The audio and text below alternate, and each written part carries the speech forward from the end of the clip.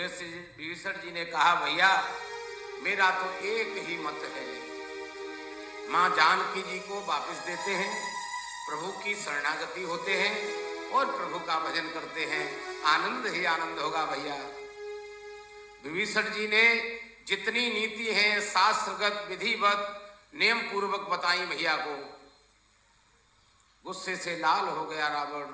और जानते हो क्या कहता है विभीषण जी से, तू एक बात बता, मेरे ही नगर में रहता है और इतना नहीं मेरा ही खाता है, लेकिन दुश्मन की बजाता है। गुस्से से लाल हो गया और लात मार दी, चल यहां से निकल जा। जैसे ही लात लगी, भोले बाबा यह कथा मां भगवानी को सुनाते हुए कहते हैं, देवी परिवार में अगर कोई साधु पुरुष होना, संत होना, सज्जन होना, तो यह अपराध कभी हमसे ना बने कि हम उसका अपमान करें। कारण जब किसी सज्जन का अपमान हमारे द्वारा होता है तो सज्जन को तो बुरा नहीं लगता, लेकिन इन ठाकुर को बहुत बुरा लगता है। जय हो। जो अपराध भगत कर करही, राम रोष पावक सोच रही। सबूत भी है, रावण की लंका ऐसे नहीं जली। श्री हनुमान जी परम भक्त हैं, उनकी पूंछ में आग लगाई गई, भक्त के साथ यह दोष किया गया, उसका फल उसको मिला। जय हो। विभीषण जी को लात मार के निकाल रहा है रावण। विभीषण जी बार बार निवेदन करते हैं, भैया मेरी एक बार पुनः बात मानो। भोले बाबा यहां सूत्र देते हैं, किसी सज्जन का आप अपमान कर देना, सज्जन से झगड़ लेना, लेकिन थोड़ी देर बाद वही सज्जन आपको मिले और आप उसकी शरणागति होकर दंडवत करके हाथ जोड़ लेना, सरकार हमसे अपराध हो गया, तो ध्यान रखना वह सज्जन आपको उसी क्षण माफ कर देगा। जय हो। जरा भी कपट नहीं रखेगा अपने दिल में, यह सज्जनता का प्रमाण है। लेकिन दुष्ट आदमी अगर झुक रहा है, समझ जाना पीछे से वार करेगा। भलो भलाई पे लहे लहे निचाई नीच, सूत्र दिया बाबा ने श्री मानस जी में। भला आदमी भलाई करता है, भलो भलाई पे लहे लहे निचाई नीच, सुधा सराहे अमृता। सुधा कहते हैं अमृत को, उसका स्वभाव होता है अमरदान देना। सुधा सराहे अमृता, गरल सराहे नीच। गरल क्या, जहर। क्या स्वभाव है उसका, आपसे मित्रता नहीं निभाएगा, वो जिसको भी पिलाएंगे आप अपना असर दिखाएगा। यही स्वभाव है श्री रामचरितमानस जी के आश्रय में। यह बात हमारे मन में घर करे। अगर किसी दुष्ट का संग है हमारा, तो जीवन हमारा नारकीय होगा। सद करके जीवन को जिया जाए, कैसे आनंद आएगा। देखो गृहस्थ जीवन है, सभी कार्य को करो, जो जिम्मेदारी दी है हम और आपको करनी ही चाहिए।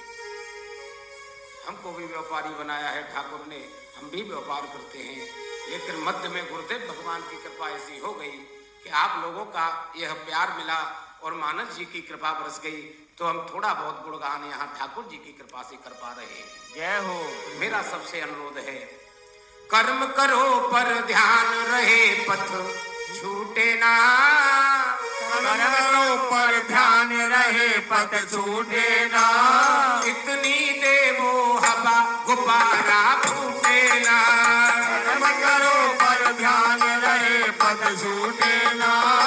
इतनी देवो हवा गुब्बारा फूटे ना।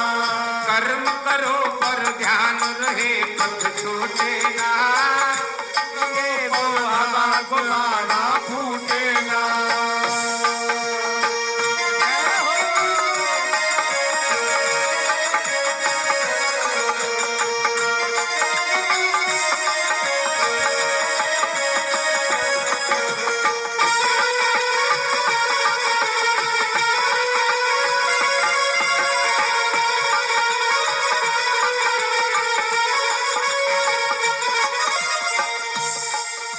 हमारे कर्म जितने दिव्य होंगे, जीवन में उतना ही आनंद आएगा। क्या बात है। ग्रस्त जीवन में रहते रहते हमको सधना है, अगर किसी को साधना है, ताड़ना है, तो ताड़ना चाहिए, लेकिन कैसे? एक बार क्रोध भी करिए पर बोध नष्ट ना हो। एक बार क्रोध भी करिए पर बोध नष्ट ना होवे।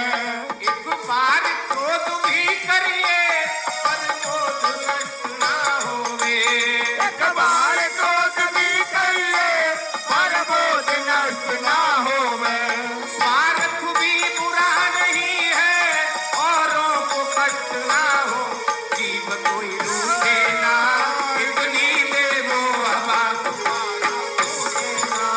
कर्म करो पर ध्यान रहे पत छूटे ना। इतनी देवो हवा तुम्हारा भूले ना। कर्म करो पर ध्यान रहे पत छूटे ना। इतनी देवो हवा तुम्हारा भूले ना।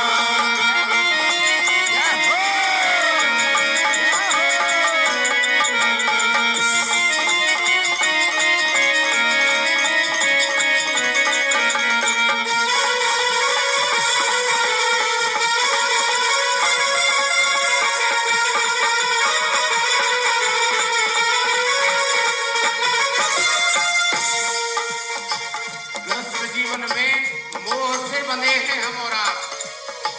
बिना मोह के ये जीवन नहीं चल सकता। बिन मोहन फेरी जाए इस जगत कर्म की माला। बिन मोहन फेरी जाए इस जगत कर्म की माला। बिन मोहन फेरी जाए इस जगत कर्म की माला।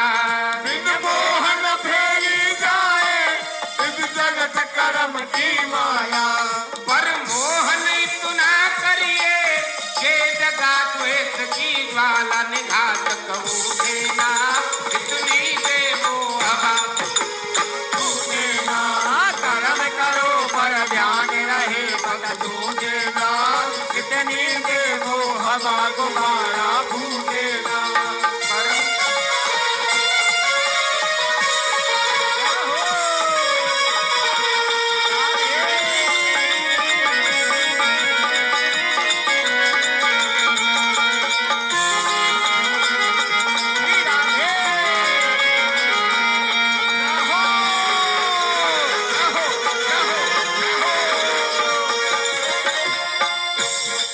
जिस प्रकार का हम कर्म करेंगे वही हमको मिलेगा। हर कर्म के गर्भ स्थल में रहता हित अनहित अपना। हर कर्म के स्थल में रहता हित अनहित अपना। हर कर्म के गर्भ स्थल में रहता हित अनहित अपना।